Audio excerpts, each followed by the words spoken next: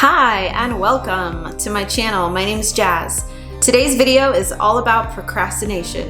What causes it, why do we do it, and how do we get past it? If it's your first time here, kindly like and subscribe. In the description box below, I will also be including all of the resources mentioned here today in this video.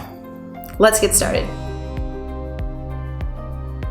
Procrastination is a stranger to no one. We've all come up against procrastination at some point in our lives. We can face procrastination again and again in multiple areas of our lives, which led me to ask the question, what is the root of procrastination? Why do we do it? Why is it so hard when it could potentially be something so easy that we're avoiding doing? If you have things in your life that you need to get done like yesterday, here's a couple things to consider about why you might be procrastinating. Don't make the mistake of minimizing it or thinking it's small or no big deal or everybody does it or you'll get to it when you get to it. Studies have shown that people procrastinate because they're afraid of failing.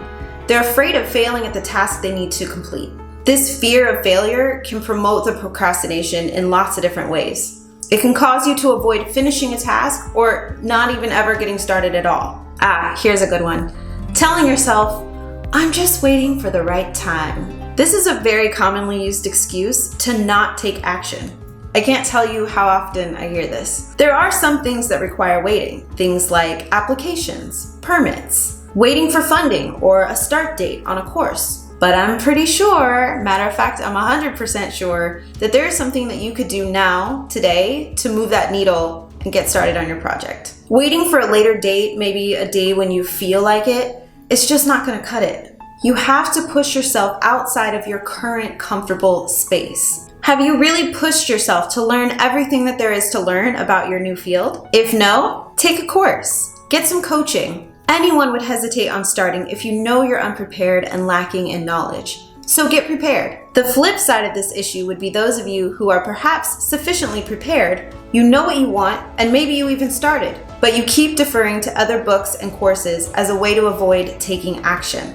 Now, whichever side of this coin you're on, you just have to start, because there really is no substitute for taking action. In most cases, you do have to fail to learn. You have to fail to ultimately be able to advance in the thing that you're trying to get into. My next one is stop feeding your distractions. Stop feeding your distractions. I talk about this one a lot, and it's because it's major. We live in a distraction economy, so if you're not hyper vigilant about what you consume, you won't be able to get going on your goals. Successful people spend their time creating, focusing, and executing. They don't spend the majority of their time dreaming or watching other people do stuff. Try doing one full week with just 1 hour of television and 1 hour of social media. Use apps like Off Time and Space to help you achieve your goal.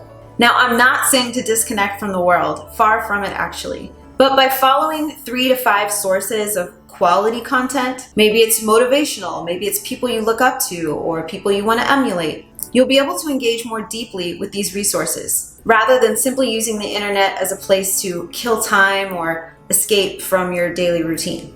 My next pointer, start small. Success is the sum of small efforts repeated. Start with easy, attainable goals and work your way up. You don't have to know how the entire thing is going to unfold. You just have to take steps today. Mel Robbins actually coined the phrase the 5-second rule, and this helped a lot of people because the 5-second rule basically says that in that moment that your lazy little brain sits on the couch and says, I don't really want to do that, your inner mom voice kicks in and starts to count down from 5. 5, 4, 3, 2, and within 5 seconds, you're willing yourself to take action. Another rule I really like is the 5-minute rule. Let's say that tomorrow you have a long list of to-dos and you don't know where to start. Anything on that list that's going to take you less than 5 minutes, you can knock it out and get it over with. Is it paying a bill, feeding the dog, returning a few text messages, or scheduling a doctor's appointment?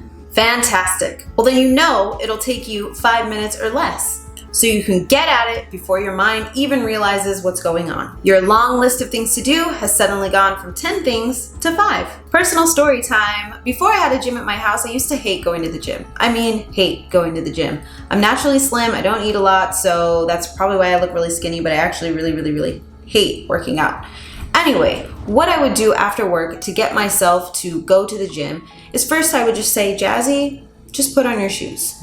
What's the harm in that, right? Put on your gym shoes, no big deal. After I put my shoes on, I would go to my car and I would tell myself, you know, Jazzie, just drive to the gym. What's the harm? It's basically on your way home. If you get to the gym and you want to keep on driving past it, that's your choice. You can make that choice when the time comes. But for now, if you could just get yourself to drive to the gym. By the time I'd have my gym clothes on and manage to somehow get myself to drive to the gym, I'd be like, well, I might as well go inside. I'm here already. So I would walk inside and I'd jump on a treadmill.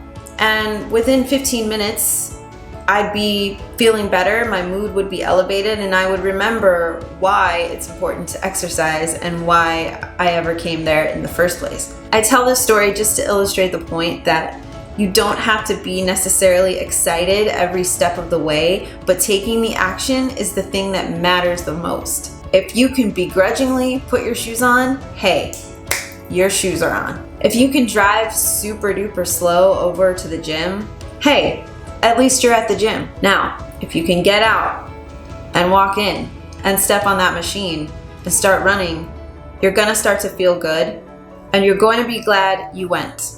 All the tips, pointers, and resources I mentioned today are in the description box below, so go ahead and check that out. But the most important thing, guys, of course, today, if you can, take action.